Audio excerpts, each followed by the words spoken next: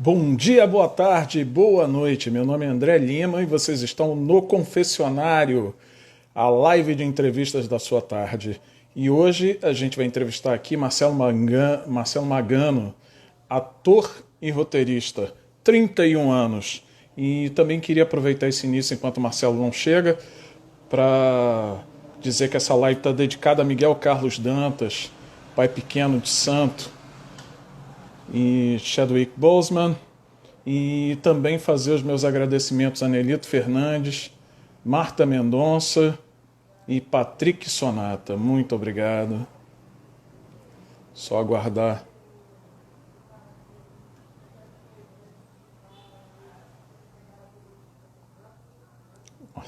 Marcelo entrou. Vou chamar o Marcelo aqui para conversa.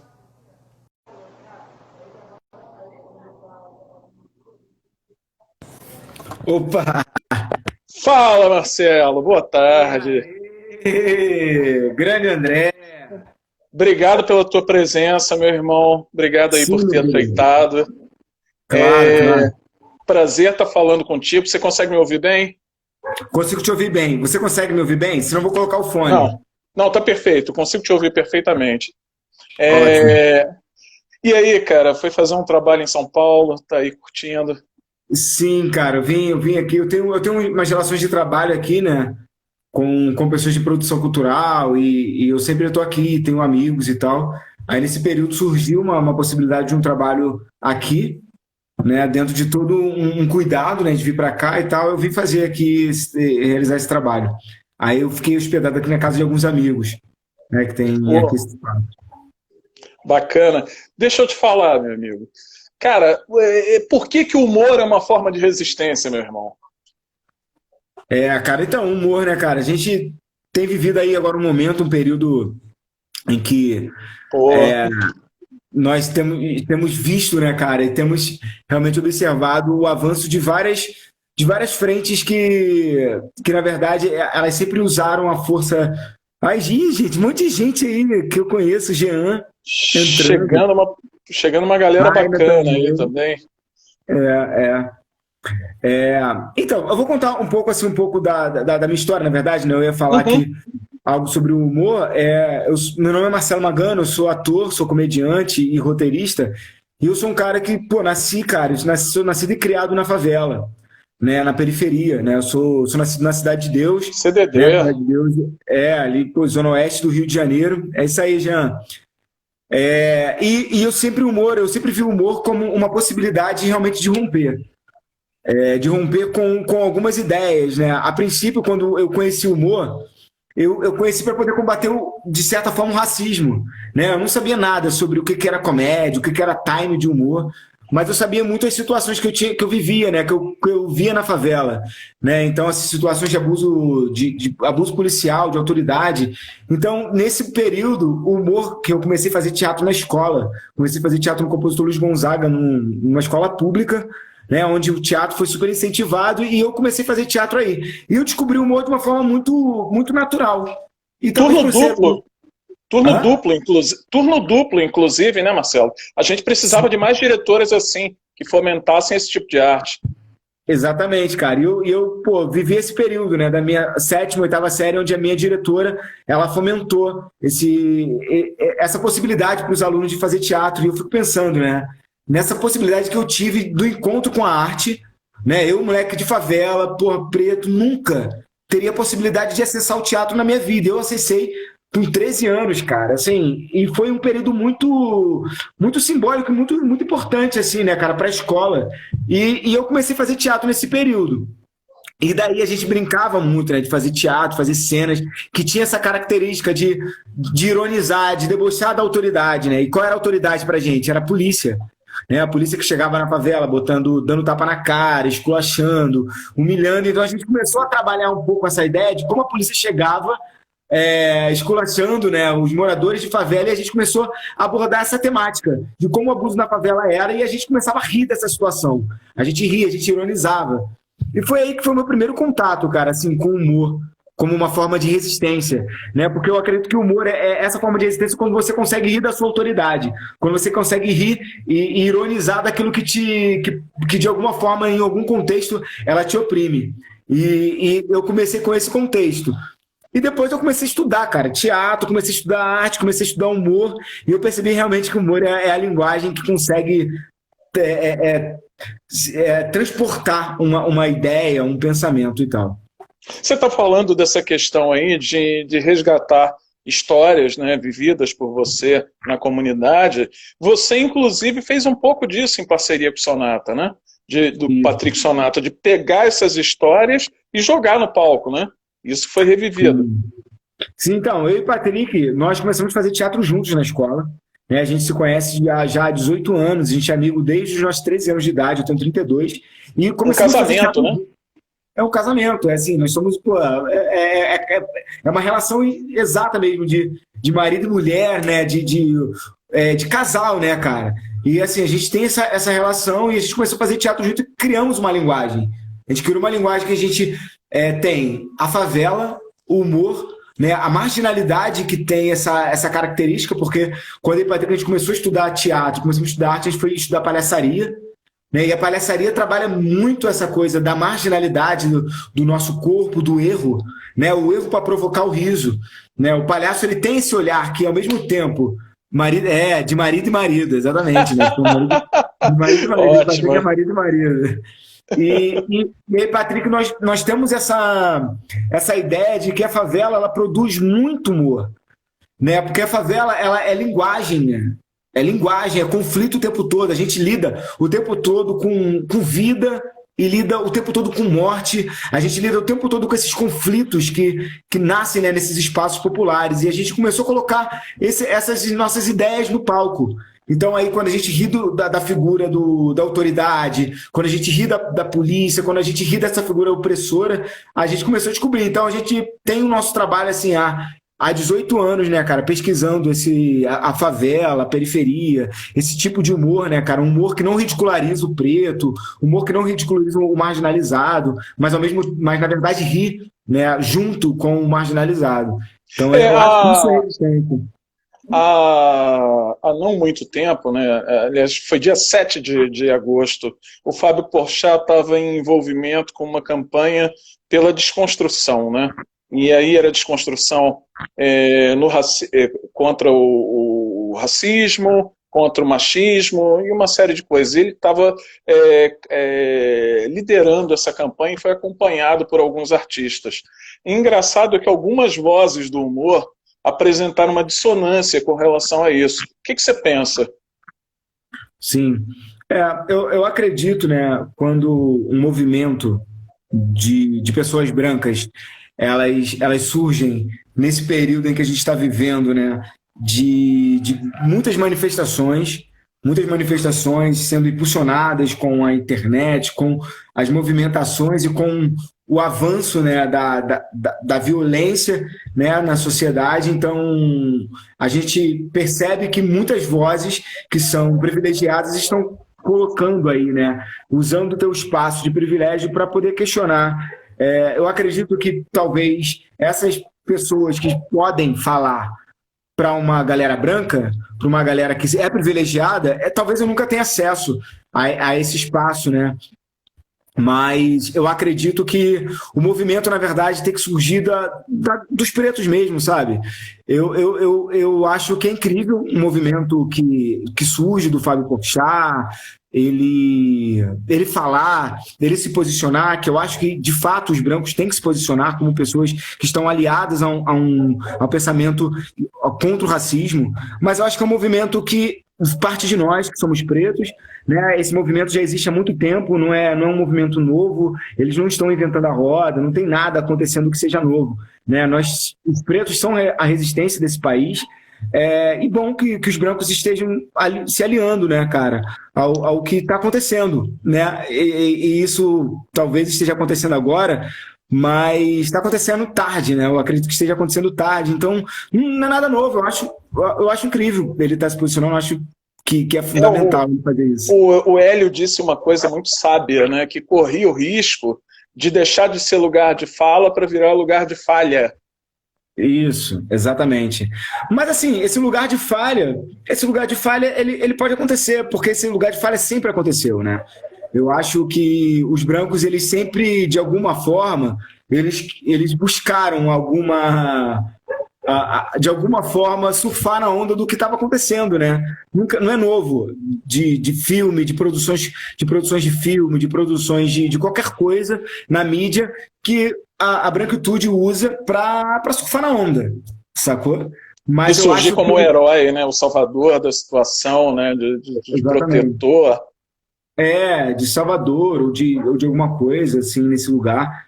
Mas eu acho que é importante os brancos, a branquitude, pensar, né, cara? Quem são os movimentadores sociais, quem são os pretos que estão se movimentando, apoiar essas pessoas de forma financeira, ampliar, fazer com que a voz dessas pessoas seja ampliada a partir da possibilidade que eles têm de atingir outras pessoas. Eu acho que é isso, eu acho que pessoas como eu e vários outros pretos que estão se movimentando, eu sou um cara que sou de periferia, sou de favela e sempre movimentei, né, teatro, arte, cultura, e tô aí fazendo, sabe? Então, eu acredito que um espaço que o Fábio Porchat ou qualquer outra pessoa possa dar para que eu possa falar, não ele falar, sabe?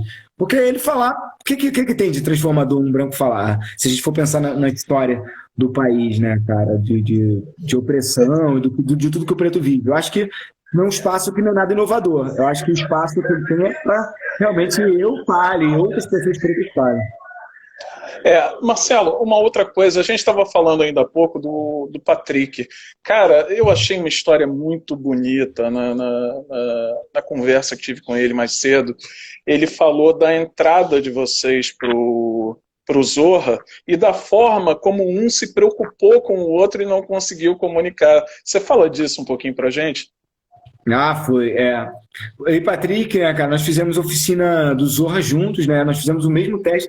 Eu e Patrick, na verdade, nós temos a mesma trajetória de vida, então muita coisa que foi surgindo para mim foi surgindo para o Patrick. Então nós somos realmente esses irmãos, né, cara, de alma que nós vamos torcendo um pelo outro. A gente quer ver o outro bem no mesmo lugar, né? Temos uma trajetória de conquistar coisas juntos. Somos realmente assim irmãos assim nesse lugar. Então, quando surgiu essa possibilidade do Zorra, a gente recebeu a ligação quase ao mesmo tempo e a gente falou assim, caraca, será que o Patrick passou? E ele será que o Patrick passou, cara? Eu quero muito. E a gente ficou meio com esse receio. E aí a gente mandou mensagem junto. E aí, cara, rolou? Aí a gente rolou. Foi muito doido, cara. Foi muito doido. E nós recebemos juntos a mesma ligação. Porque o que acontece? Nós fizemos um teste para o Zorra, né? E acabou não rolando o teste, algumas pessoas entraram e a gente não entrou.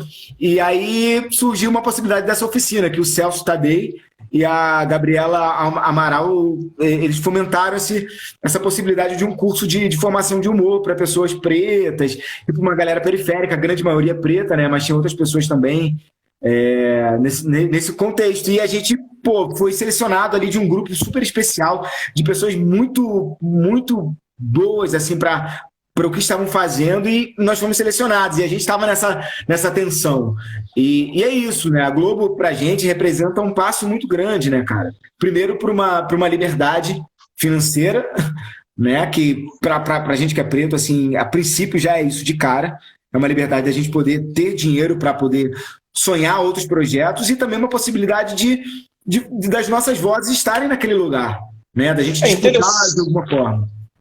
Interessante que você falava em vídeos que datam de 2016. Gente, eu tô bebendo porque eu já sabe. Não, fica à vontade.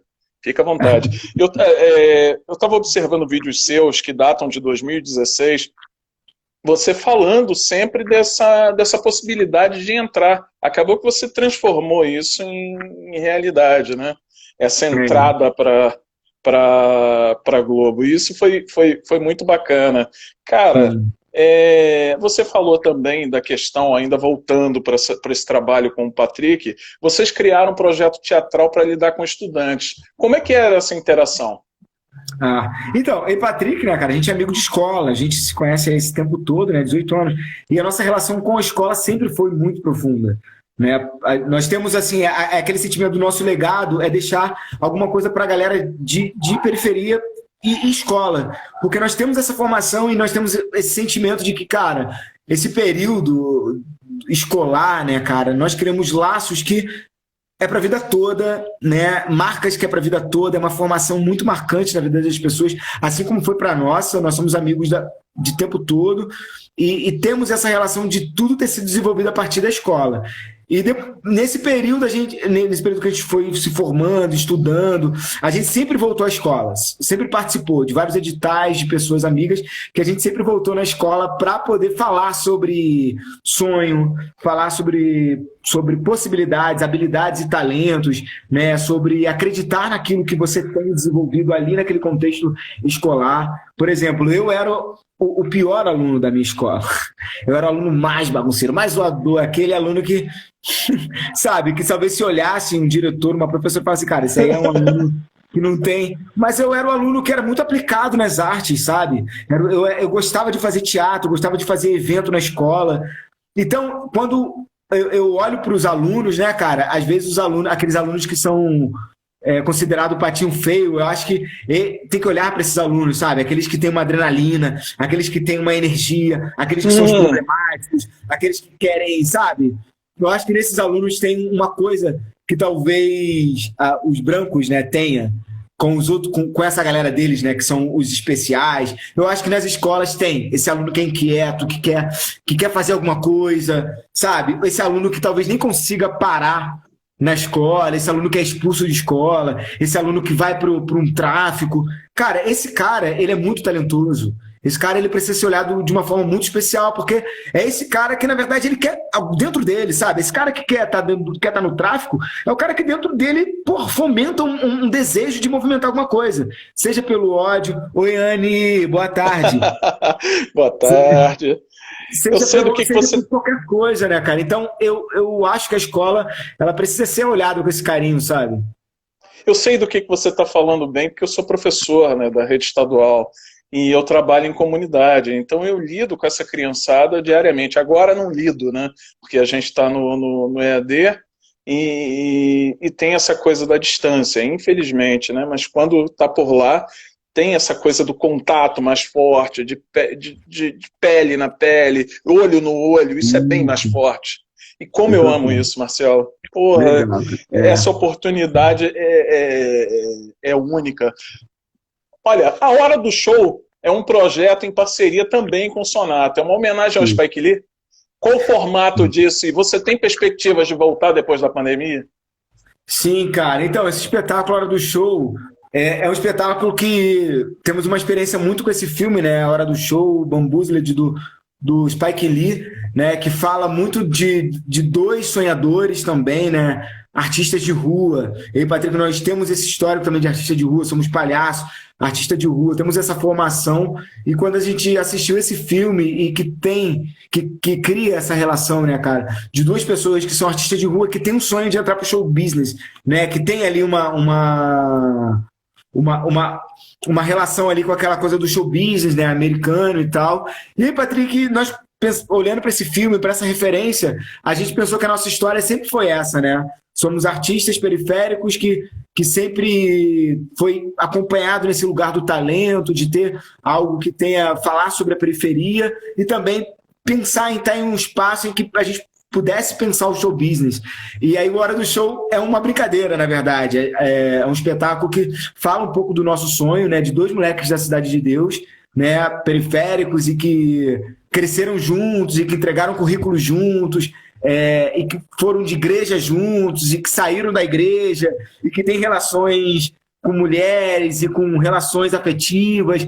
Nesse lugar, falar das nossas derrotas, das nossas vitórias, falar desse contexto, né, cara, de dois homens pretos de periferia e que sonham com esse lugar de estar em algum momento nisso, mas a partir do erro, a partir do olhar do palhaço, né, que é aquele que, na verdade, ele sonha com esse estrelato, mas a gente sempre erra. E é isso, o Hora do Show ele fala disso. Nós fizemos um espetáculo durante um período, né, 2 anos atrás, e a gente pretende voltar no próximo ano. Tem tudo para voltar, assim.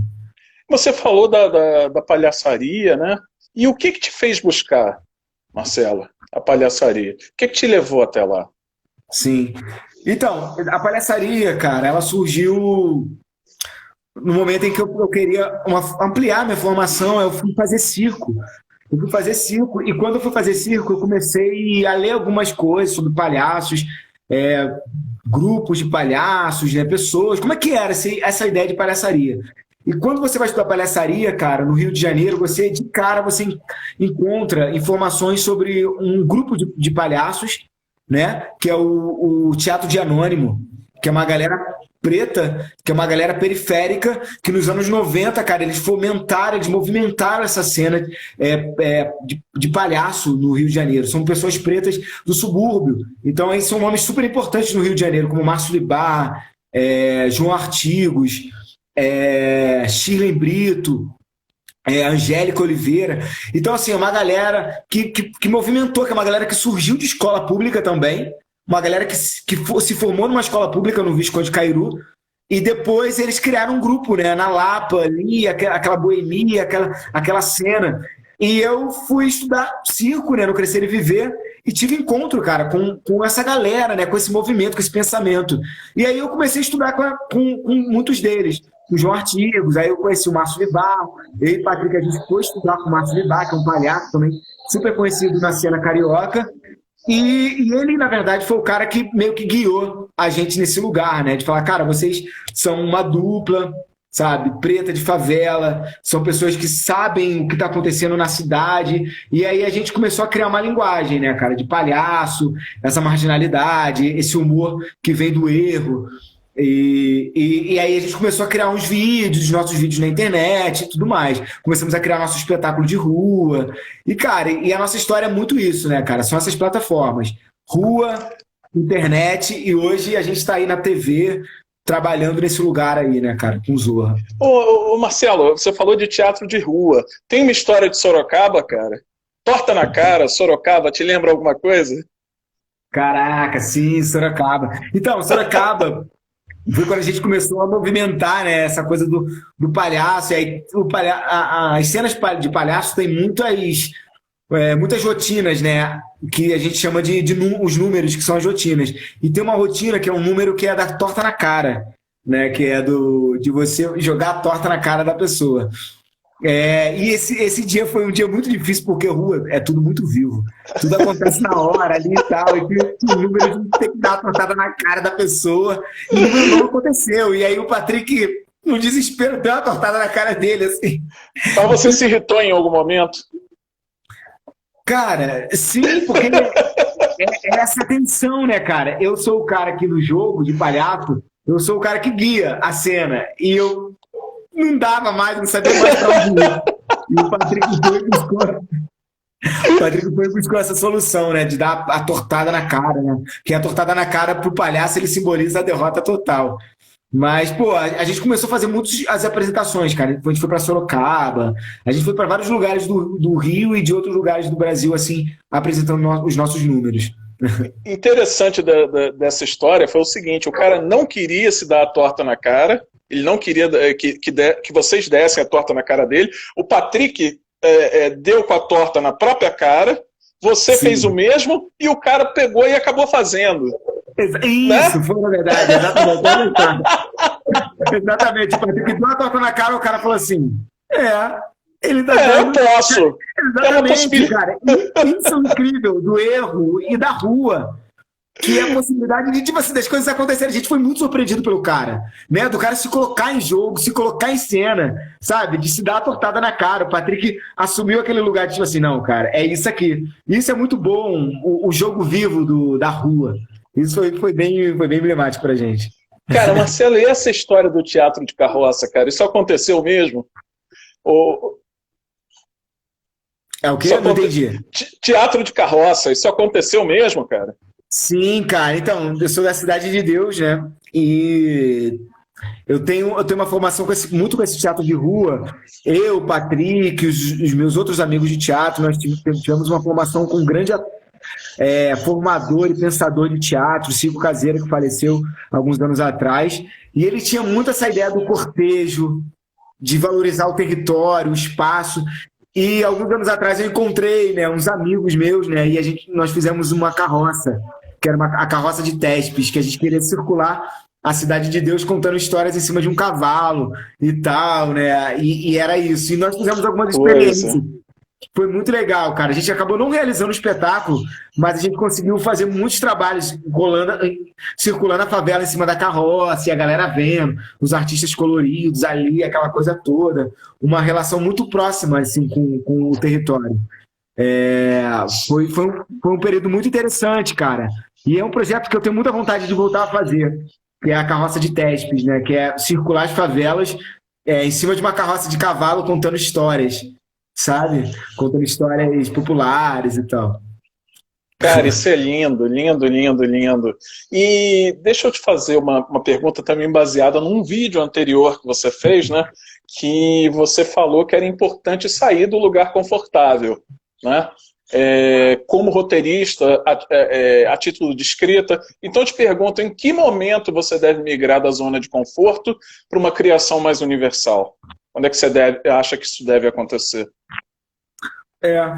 Cara, então, assim, eu acho que faz parte de um processo de cada um, né, cara? De como cada um visa o mundo, né? Visualiza os processos que está sendo atravessado. Eu tenho essa trajetória muito de periferia, né? Muito dentro desse recorte de um homem preto, periférico e tal.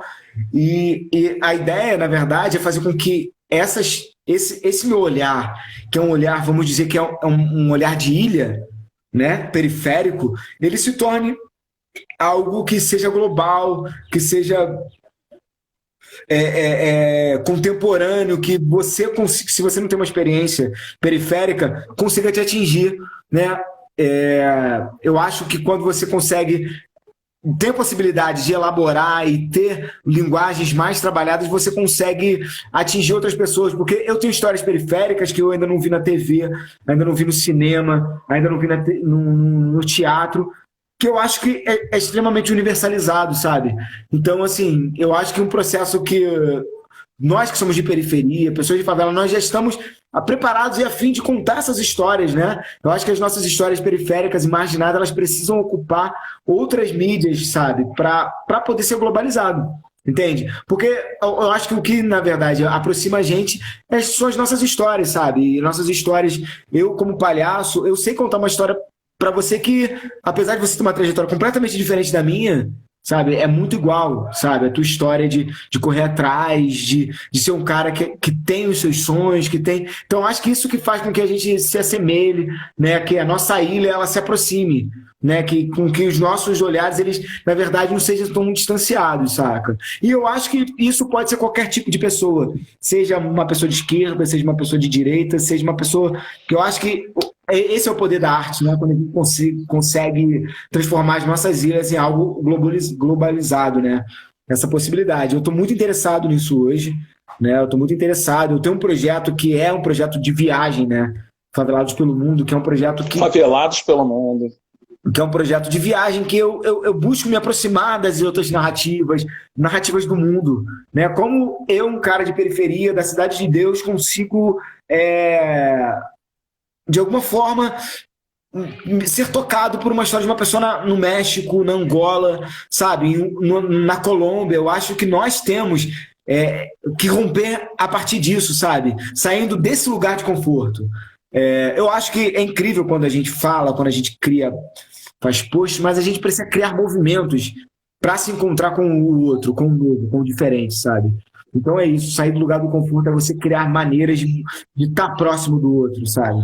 Você está buscando uma maneira, a gente nem sabe, eu não sei da tua história, sabe? A gente está aqui. Eu vejo que você foi buscar da minha história e isso está sendo incrível, saca? Isso eu tô adorando fazer isso, cara. Pô, a tua história é uma história muito bonita, sabe, Marcelo? A tua e a do Patrick. Eu estava hoje no almoço conversando com a minha esposa, eu falei assim, nossa...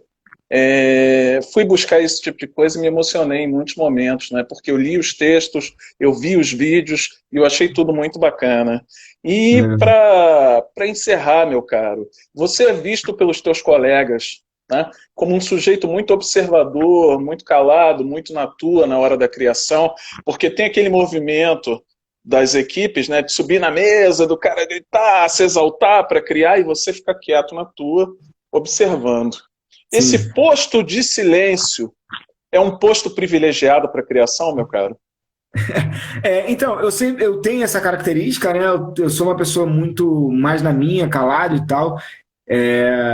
E eu tenho também esse meu lado extrovertido, esse meu lado de observação e de estar no processo, que às vezes é até confundido como uma falta de interesse ou como uma falta de.